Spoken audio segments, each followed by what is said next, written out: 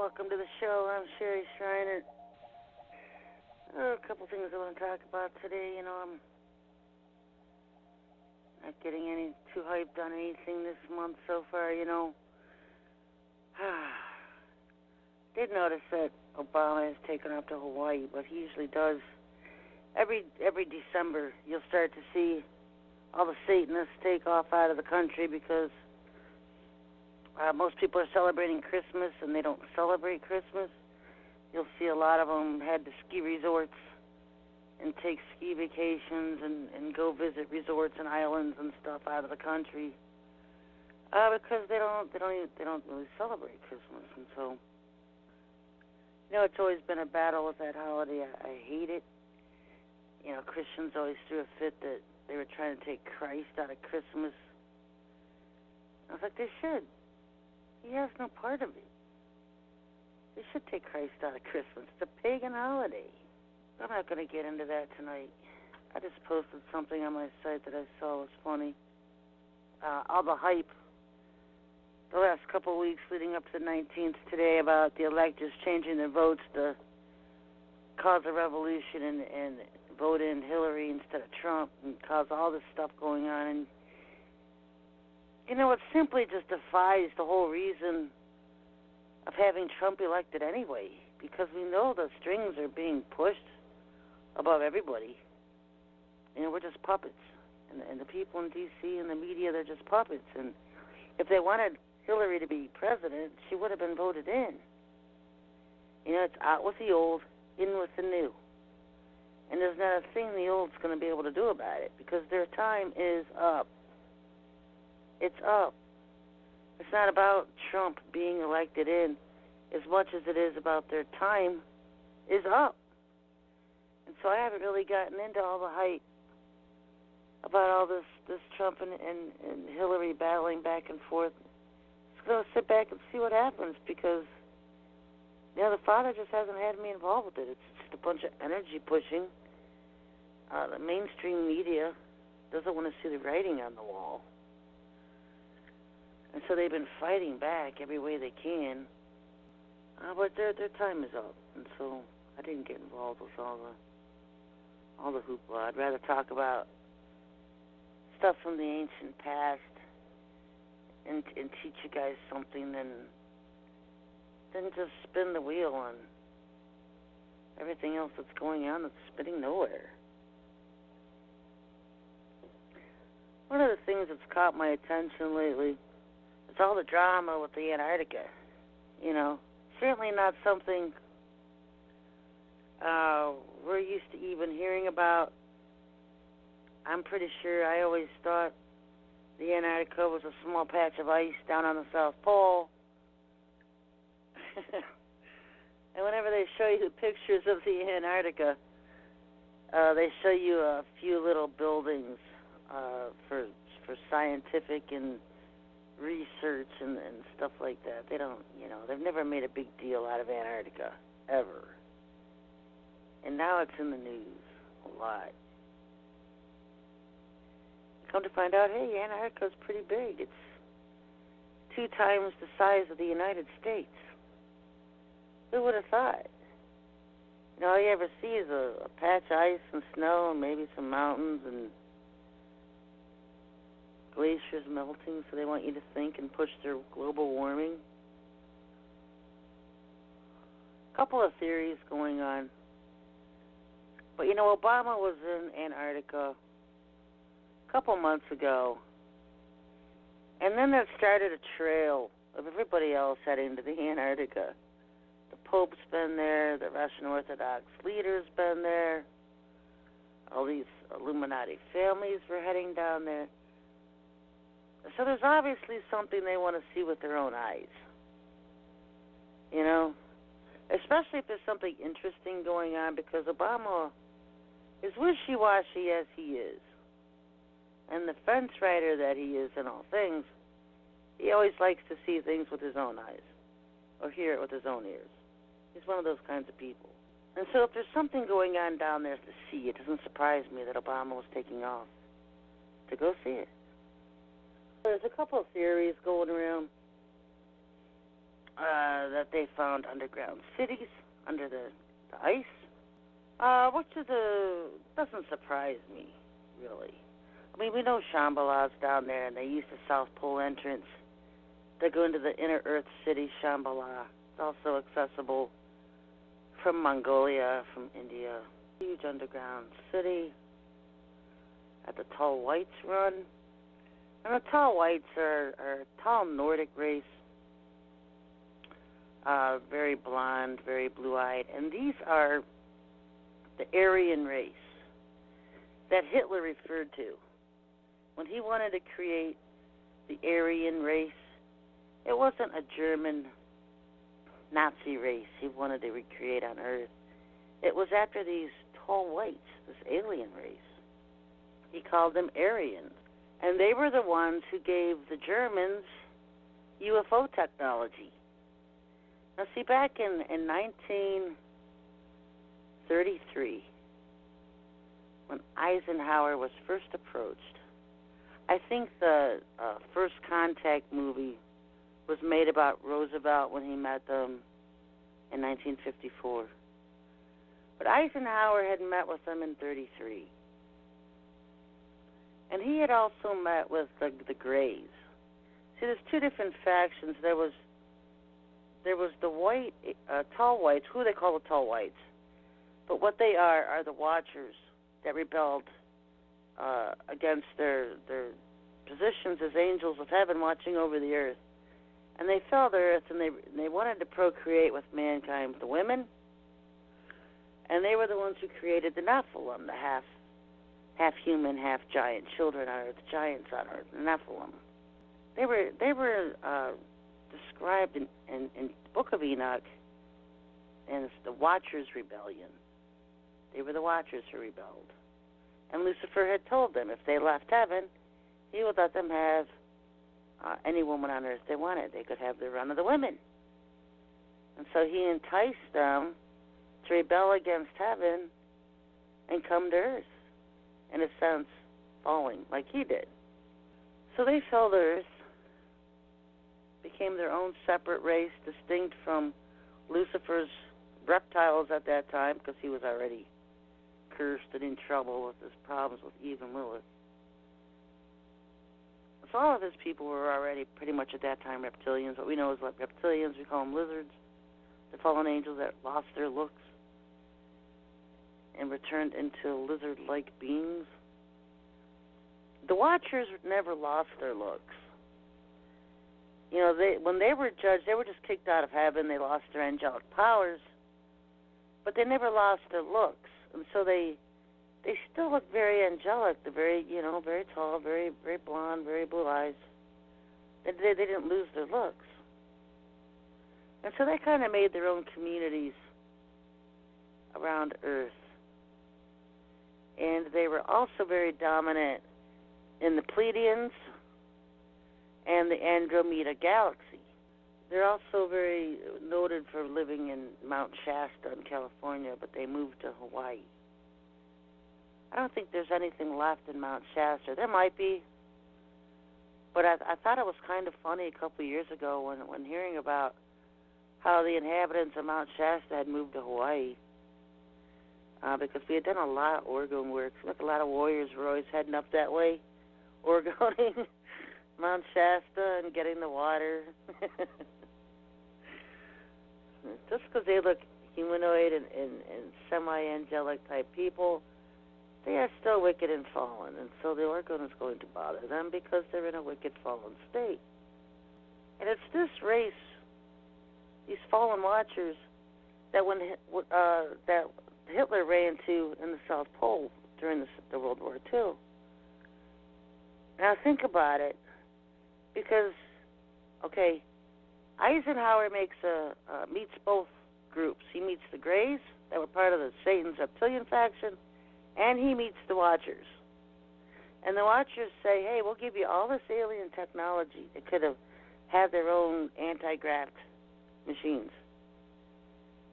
But they had a stipulation that they couldn't use them for war, and they had to lay down their weapons.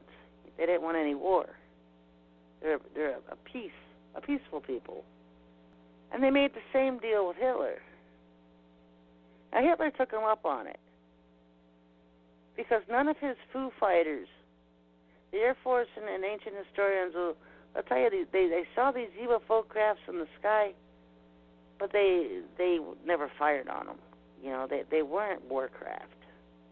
They weren't armed with lasers and plasma technology and all that stuff. They were just aircraft. They weren't used for that. The United States signed an agreement, an alliance with the Greys. So Germany signs an alliance with the Watchers, fallen Watchers, with all whites. And the United States signed an agreement, an alliance with the Greys and the Reptilians. And they soon learned how awful that agreement was. I don't know why they would expect Satan to keep an agreement, even his people.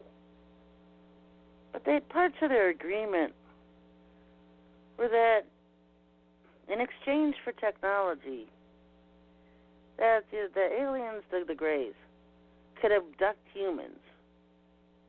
But they had to give them a list of the names of the people they abducted. You know, they had to give the government a list of names. And of course, maybe a year or two went by and the government realized a lot more people were being abducted than the aliens were giving names over for. You know, they learned that they weren't keeping their treaty agreements.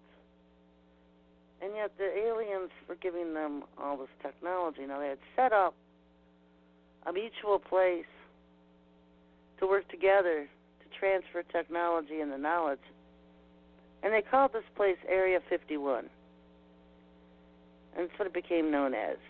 There's deep underground bases there. It's probably, I'm going to go and say it's a 13-level base, because almost every time you get into these domes, these joint alien and human bases like Dulce and the one in Utah, and anyway, they always end up being 13 levels.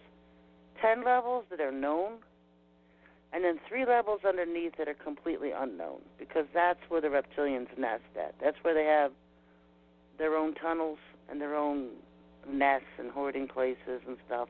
Humans aren't allowed in those areas.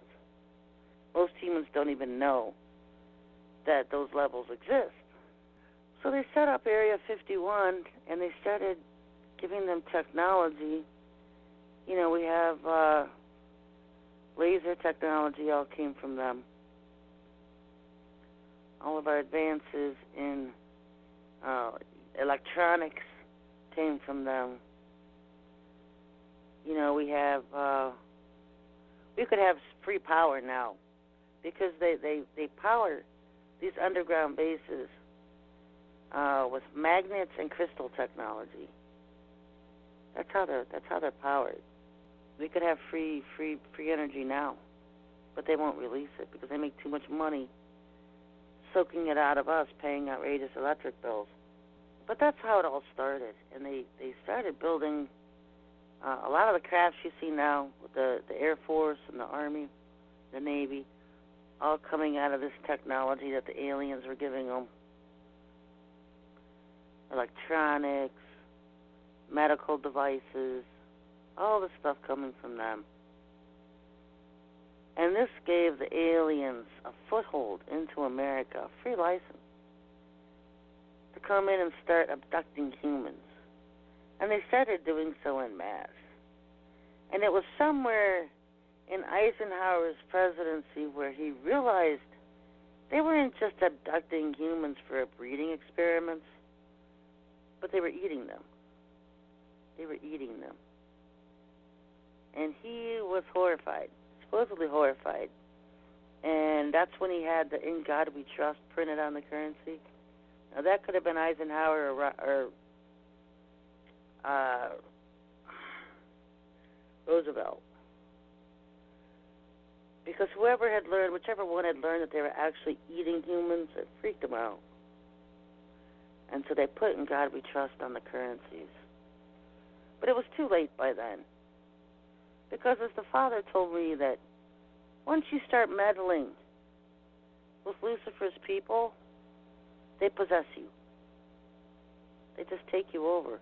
And so you see this a lot in sci-fi movies where all these military people will get like Alien, that whole series that came out, where the alien takes over them and possesses them. That's what was happening. They were getting possessed. And so that's how they got control of our government even back then, from the earliest days of 1933 in Eisenhower. That's when it all started.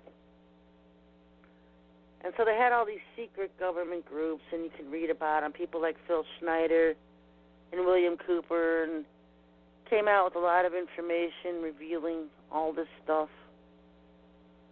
That's all true. But they had all these secret Umbra clearance groups that would deal with the aliens. And they were all overtaken. They were all possessed. All of them were. So the United States had treaties, and every year the treaties are renewed. You know, maybe that's what got up Kennedy's crawl, and he wanted to end the whole CIA and do a whole alien UFO disclosure. And think about it now. He was back in '63. I wasn't even born, but he knew about it because every year the president renews the treaties with the aliens, and if they want to add something new in, they do that. And it's pretty moot now ever since then because they all got possessed and controlled by him, and that's why they only let Illuminati kids get elected as president, because they're bloodline to the same aliens that they're making treaties with. You know, the reptilian bloodline is the bloodline of the Illuminati families. So when you look at all the presidents that we've had, and pretty much all of the people who have been allowed to rise to power, fame, and fortune, because they're bloodline. That's why, you know, they're all bloodline, the aliens themselves. And so we made treaties and pacts and agreements and with a very carnivorous race, because they feast and feed off us, humans.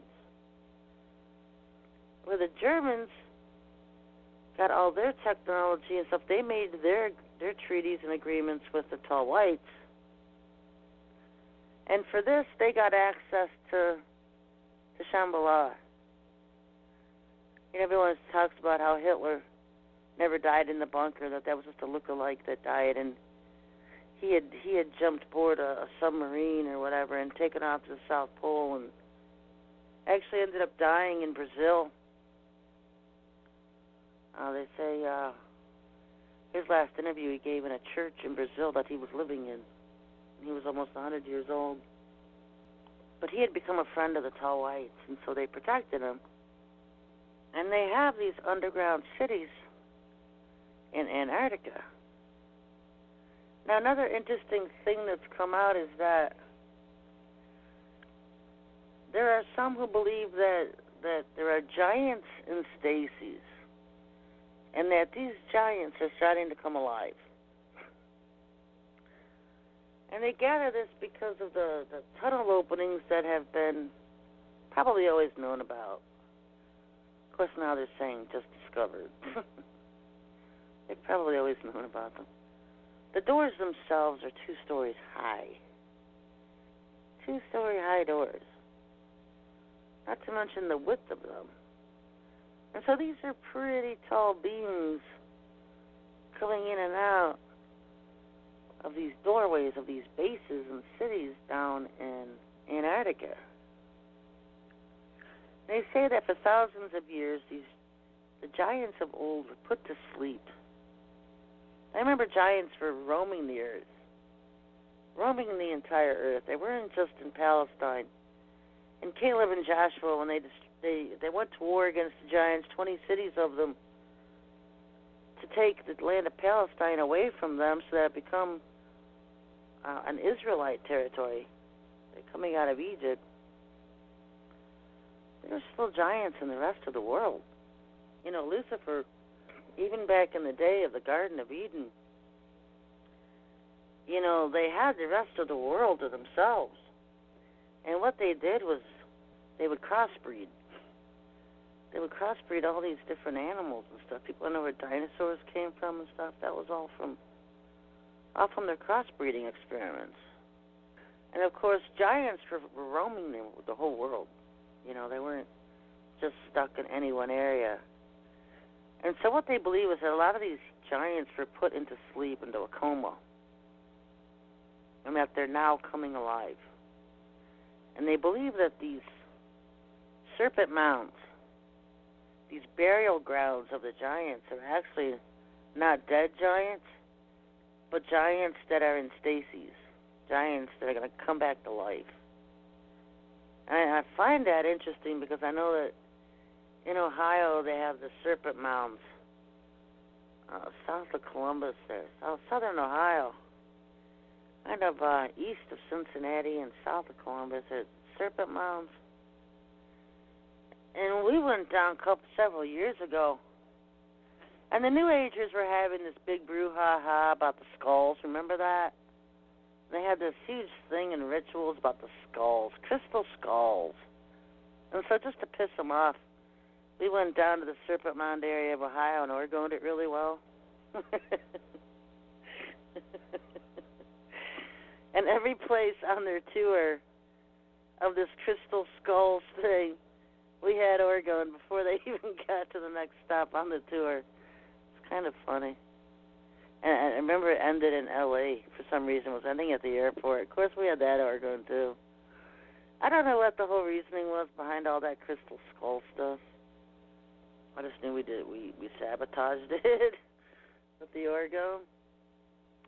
But another thing also is that with all these serpent mounds, I always thought they were just pretty nasty anyway, so we'd go ahead and Oregon them just because they were nasty. And now it makes sense because there could very well be giants in stasis, in the comas, sleeping in these serpent mounds. And if they come to life in these last days, they're going to be amongst us. So there's a couple of theories floating around, but I don't think anybody can doubt that a lot of the stuff has significance to the apocalyptic days that we're in. And we're certainly heading there because, like I've said, time is up for the New World Order 7th regime, and the 8th one is coming in. It's the age of Aquarius, what they call it. I've always called it the New Age alien agenda because it's all the New Age blah-blahers and the aliens who are using gullible humans to push their agenda on Earth. You know, when you go to New Age board stuff, you know, they're just so deceived. You know, they're good people. They're not evil people. I don't think I've ever ran into anyone who was a violent, vicious person out of them. They're not narcissists. They're very giving people, loving people. Just very gullible. Very, very gullible and stupid. And a lot of them claim to be Christians. And they're praying to the Father, and they go through all the motions and words, and you're like, what? You know, there's this one guy who does a lot of videos, and his name's Gary Larrabee. And he did this video. I don't watch all of them. Every once in a while, somebody posts something funny, I watch it. And just to stay in line of what's going on over there, because, you know, I'm supposed to be the one that's, I've been the mouthpiece of that agenda for the last almost 16 years now, alerting people to who and what they are and exposing their agenda and getting people prepared for what's coming. I can't handle it on a daily basis. It's just too much. But I do keep up to date on what they're doing. But they posted a video today. And some of the stuff is just so far-fetched to believe. And you wonder, why don't these people just ask themselves some basic questions, you know? Are they all just plain Christian? Are they all just secretly possessed here? You know, because he's going on, there's this guy named Kent Dunn he always talks to. Supposed to be his intelligence contact. And he's going on about a story about how Obama's in Hawaii. and he wants to go to Chicago and play golf with his buddy. But the Air Force pilots who fly Air Force One won't allow him to go to Chicago because it's on unofficial business. So he has to take a lesser plane, the plane that his dog supposedly rides on when they take him on flights, which I have a hard time believing they even give a rat's butt about that dog. But anyway, for story's sake, he ends up having to ride a lesser plane. Well, it's December 19th, and we're getting snow and ice bombed. So you tell me a golf course in Chicago that isn't under 2 feet of snow and ice. But we're supposed to believe, based on this story, that Obama just flew from Hawaii to Chicago to play golf with one of his buddies. I mean, seriously? Now, if they said they were going to pick up his buddy and fly him to Hawaii, they could have just put him on a United Airlines flight or something, So something very fishy about the whole story. It doesn't mesh. It doesn't mesh at all. But yeah, it's no surprise he's in Hawaii, and they're very mad in Hawaii because you know what? We probably have 4 warriors in that entire string of islands, but we've got it. We've got enough war going there to where it's ticking them off. And so I know they're angry about the Oregon in Hawaii. So we just have to keep getting it out there. But all these things, all these giants, all the stuff coming out of the giants, they're the locusts. They're another name for the locusts that are coming that I've been talking about, the giants, the locusts. In Revelation chapter 6, in verse 8, this is where I'm always quoting from on this show, about the pale horse. And I looked, and behold, a pale horse, and his name that sat on him was Death, and hell followed with him. And power was given unto them over the 4th part of the earth, to kill with sword, and with hunger, and with death, and with the beasts of the field. Who's the pale horse rider? I've always believed it to be Sananda. And the event that's coming will introduce Sananda to the world. The New Agers call it the event. I've been talking about the event. Their next go-to big date is December 25th, which is Sunday, next Sunday. Time for their big event, their big arrival to the earth as ascended masters. They're coming as gurus, as ancient wisdom ones, teachers. They go by all kinds of names, but they're always, I laugh when I see it in the codes, and if they arrive and we're here, I know I'm going to have fun with that one. Because they'll arrive in their bathrobes, And the codes, in the Bible codes, it uses this term, bathrobal. They probably have on these long robes. So, I know I'm going to have fun with that one. They show up in their bathrobes. But hell comes with them. And when it says hell comes with them, that's the 4th dimension, folks. That's everything that operates in the 4th and the 5th. That's everything. That's Lucifer's dimension. And together, they kill 1/4 of the world. That's 25% of the population. That's over 2 billion people, folks.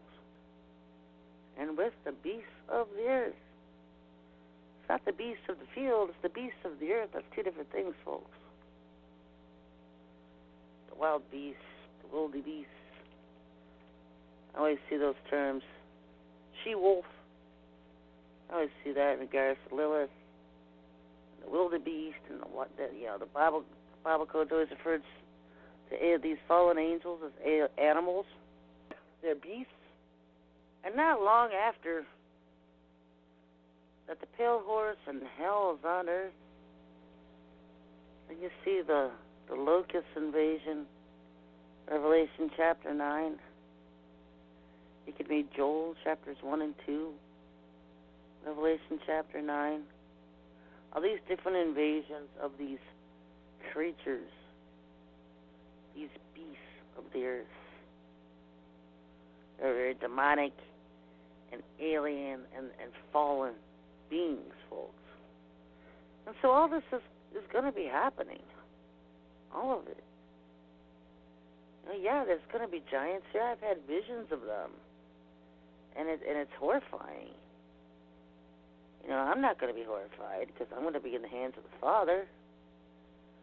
For those who love Him, He will hold them in His hands and keep them safe. But when you see these things, it's like the kind of giant that you see in Jack and the Beanstalk. A little story when you were a kid, Jack and the Beanstalk. It's got a 30-foot giant running after humans. They're like grasshoppers to him. Remember what Joseph or Caleb and Joshua said? Israel, they were like grasshoppers on the side of the giants in Palestine. That's how it's going to be. We're like grasshoppers on the side of these giants. And they're going to come to life. They're going to come out of their rocks and their caves and their stasis chambers under the earth. And they're going to come to life. They're going to roam the earth. And can you imagine one of them showing up in a city as populated as New York, and then people just running like crazy, just like rats in a cage, a maze, just trying to run and get away from the giants. And they just reach down and they pick up a human, and they take a bite and bite its head off and pull their limbs off, their legs and their. I saw this in visions, and that's why I know it's going to happen. It's crazy. It's crazy. You think you're going to sit and point your 22s and stuff at them? Think again, ain't gonna. Just going to make them mad. When they operate in this dimension, they will be physical beings, and so I do believe guns will work. I just think you're going to unload one before you even affect one. The whole thing is if you get a creature down, like an alien or a demonic being or a giant, cut the head off. That was David's example. Because when David killed it with a stone, Goliath, he ran, took the giant's sword, and cut the head off and separated the head from the body. Why? So it couldn't reanimate. It couldn't come back to life.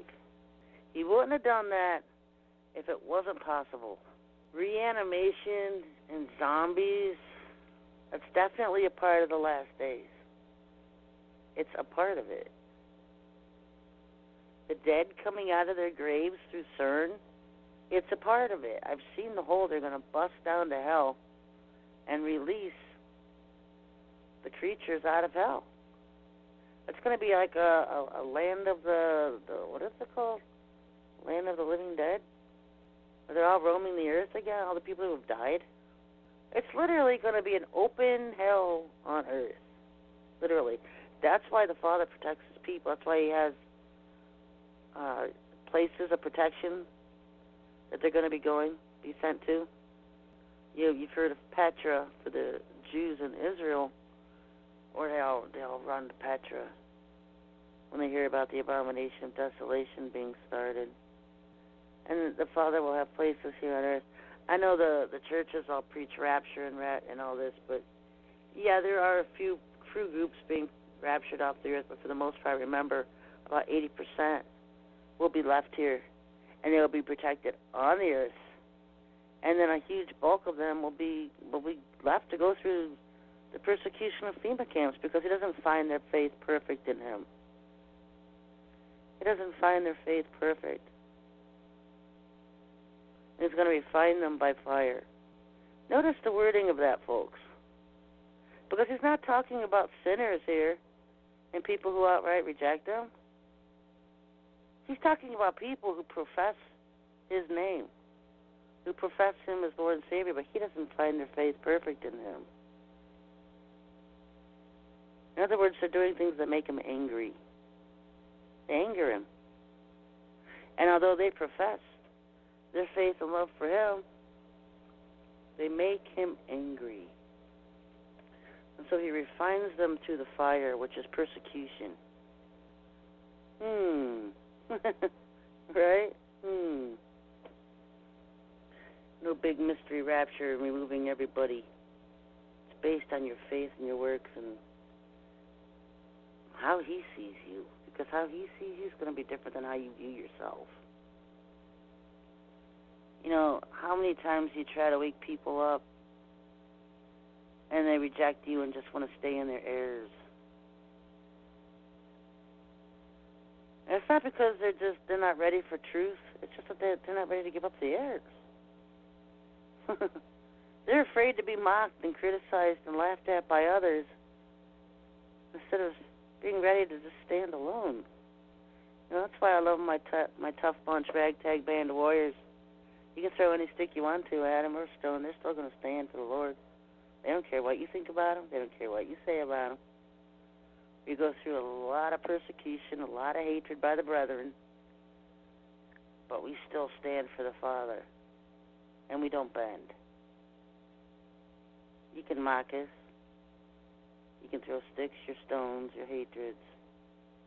We'll stick with the truth. We'll stand in the minority rather than be with the majority and hang up the little Christmas trees and decorate the little Ishtar eggs and worship on Sun God Day.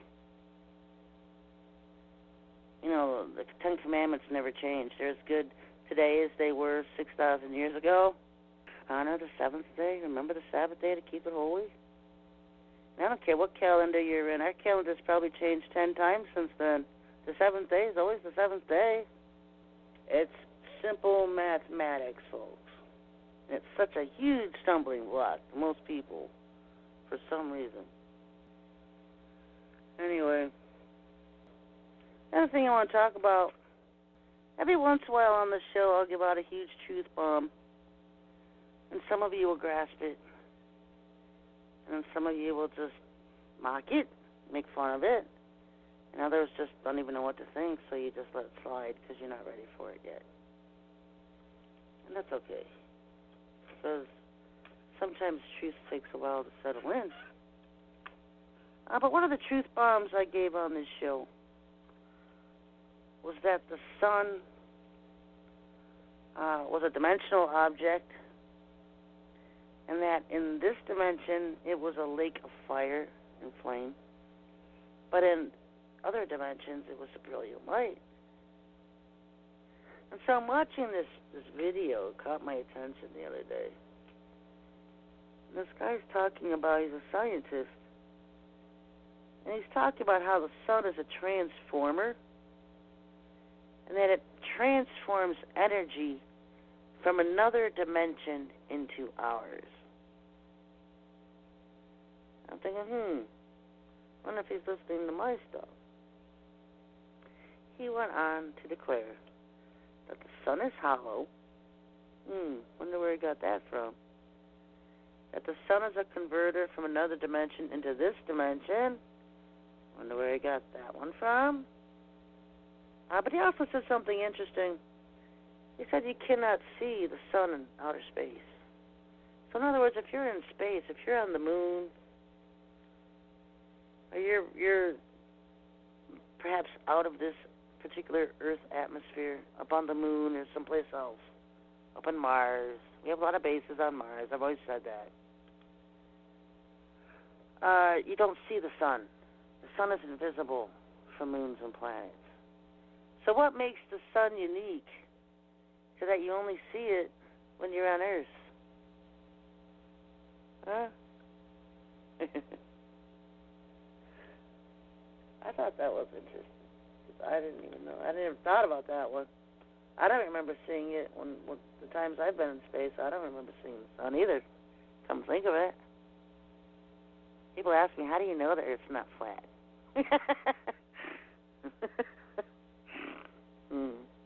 It's not flat, trust me. The Bible says it's a sphere and it's round, and that's all you need to go by. Why are people trying to make a CIA psyop into this huge mountain that we've all been lied to, and the Earth is flat? So stupid. It's not even worth my time. If I had nothing else to deal with, I'd probably deal with that issue just to get a laugh. But it's so stupid. You could go up to a skyscraper like the Empire State Building and look around you and see that our horizon is round. If getting up in the morning and looking around you isn't good enough, go on the skyscraper, take an airplane ride, take an astral ride above the earth. You know, David talks about that. He says, "Do not cut my cord asunder." And he's talking about the silver cord. He mentions the silver cord. That's astral projection. I have found the same thing that's happened to me. They pull me out of my body, and the only thing connecting me to Earth is a silver cord. Yeah, it happens. Must have happened to Dave because he knew about it too. And he is my ancient grandfather, so typically what you do is, okay, Jesus, where are you?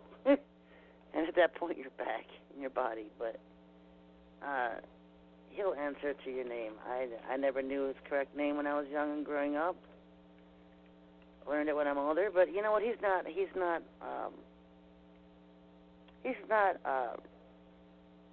whatever you want to call it. Will only answer to a specific name. He'll accept whatever name you call him. The whole point of calling him by his real name is shows maturity. That hey, I know your name. Because if the Father's gonna write his name on your forehead, don't you want to know what his name is? Doesn't he say his people know his name? His people know his name because his people seek him out. They seek his truth out. They sat at his feet and said, "Father, teach me the truth in all things." That's the basics, folks. That's basics. So they know his name. And he writes his name on their forehead. So don't you think knowing his name's going to put you above a little bit of knowledge above all the rest who don't?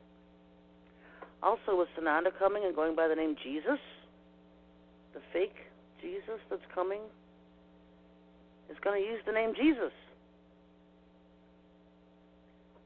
So when you pray to Jesus, do you really think you want to be misconstrued to praying to him rather than the real Son of God, which his name is Yahushua ben David? How hard is it to give him honor and glory with his own real name, Yahushua ben David, Yahushua, son of David? You guys make things so difficult and so easy. You make things difficult. You know, I wonder about this whole sun only seen in Earth thing. I'm wondering if it's because there is a gateway in the east to the sun. The Bible talks about it. And it talks about how on the new moon that gateway is opened. And so if the Lord was going to arrive to Earth, Yahushua, to come redeem the first fruits, the elect, it would be through the east gate, and it would be, what is that, a new moon? Something according to the Old Testament. Dana always writes that stuff out. He's our Levite. He's on my Facebook. You can go to my Facebook and search out Dana Haven. He's always our study and researcher. He posts all that stuff, keeps us up to date on it. But I know that there's a gateway. The largest gateway into heaven is the east gate. That's the most important gate. It's the most crowded, the most warfaring gate, I guess you could say. There's always battles in the east gate between the angels and Lucifer's fallen. That's why sometimes you'll see at NASA images where they're covering up what looks like UFO fights by the sun, because that's usually the angels taking on Satan's forces, Lucifer's forces. That is the east gate to heaven. So there's also an entrance from the north, and that is the one Lucifer makes fun of with Christmas. I want to give you a truth bomb, and it's one I never talk about because it just rips the heart right out of me, because it's just outright mockery that I can't even deal with, that he can get so brazen and bold doing. But when you think about Santa Claus, and people call it Satan Claus, the whole imagery around Santa Claus is mocking the Father. mocking the Father. Hair white as wool. It's all mocking the Father. His chariot of horses, and Lucifer gives him reindeer and gives him a big old fat jolly look, and the whole red and white thing. Red signifying blood, white signifying righteousness.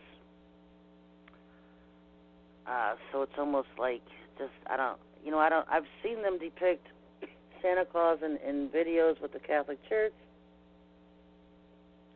The whole reason they use the red and white, I don't remember what they say, but I just know that white always symbolizes righteousness, and red always symbolizes blood. So they're mocking the Father in his perfect righteousness, and his Son, who he sent to earth to shed his blood for mankind. It's a whole mockery of the Father and the Son, and how he has his list of naughty and nice. The Father keeps meticulous lists of people and their actions and what they've done and what they've said. Everything is recorded. Meticulous. And so that's the whole mockery of that. He keeps keeping lists of who's naughty and nice, and how they're given presents at Christmas time. And I've told you before that the system in heaven was operated by rewards and earning your rewards in heaven. There's no money system. You were given your rewards by earning them and being rewarded them. You know?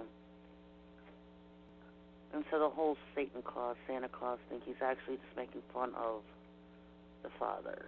And coming down to the North Gate, how they say Santa Claus comes down from the north. And, that's the whole Christmas tree, the erection, the whole penis erection thing that they mock with the pointed Christmas tree. And, of course, with the wreaths, a mockery of the symbolism of a vagina. Very sexual, very, very whole Babylonian fertility cult stuff, garbage. It's all just a huge mockery, folks. And December 25th, has always been the birthday where they worship the birth of their sun gods, their false gods, and also depicting the birth of the Antichrist. And there's always been many Antichrists on the earth, starting with Nimrod. And I've told you, I revealed in my book, Interview with the Devil, how Lucifer had embodied Nimrod himself and played that character.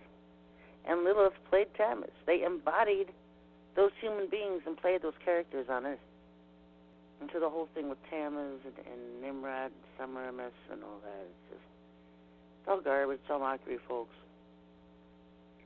But the last Antichrist who will come is the one who plays the beast of Revelation chapter 13 and unites the whole world into worshiping Satan as God. So you have all these churches who profess to love the Lord, celebrating and putting up their Christmas trees and hanging their wreaths and their little Santa Claus and cookies with their cakes to the Queen of Heaven, which that symbolizes everything Jeremiah said not to do. They do. Oh, but they have a concert. They'll have a concert. Sing Christmas carols. Sing about the birth of Yahushua on earth. Even though it was in September. They always mix in a little bit of truth, a little bit of something sanity to hide all the insanity. A little bit of poison that leads you astray. He deceives the world, folks. By deception, Satan deceives the world. Not going to come out in black and white and tell you exactly what he's doing. He deceives you into celebrating something so that you really don't know what you're celebrating, but you're celebrating, so he's happy. how he operates. So, I don't know exactly what's going to end up happening this week or not. I mean, Obama had threatened to take down the grid. So far, he has not. The event scheduled to start this week, 23rd, 24th, 25th. I'm not holding my breath.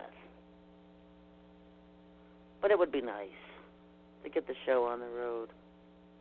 Otherwise, we all know we're here to the next time, which is Easter.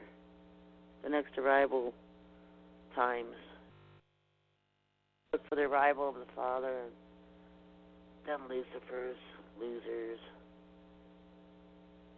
And I did see heaven in the southwest tonight, Enoch's planet, shining brightly.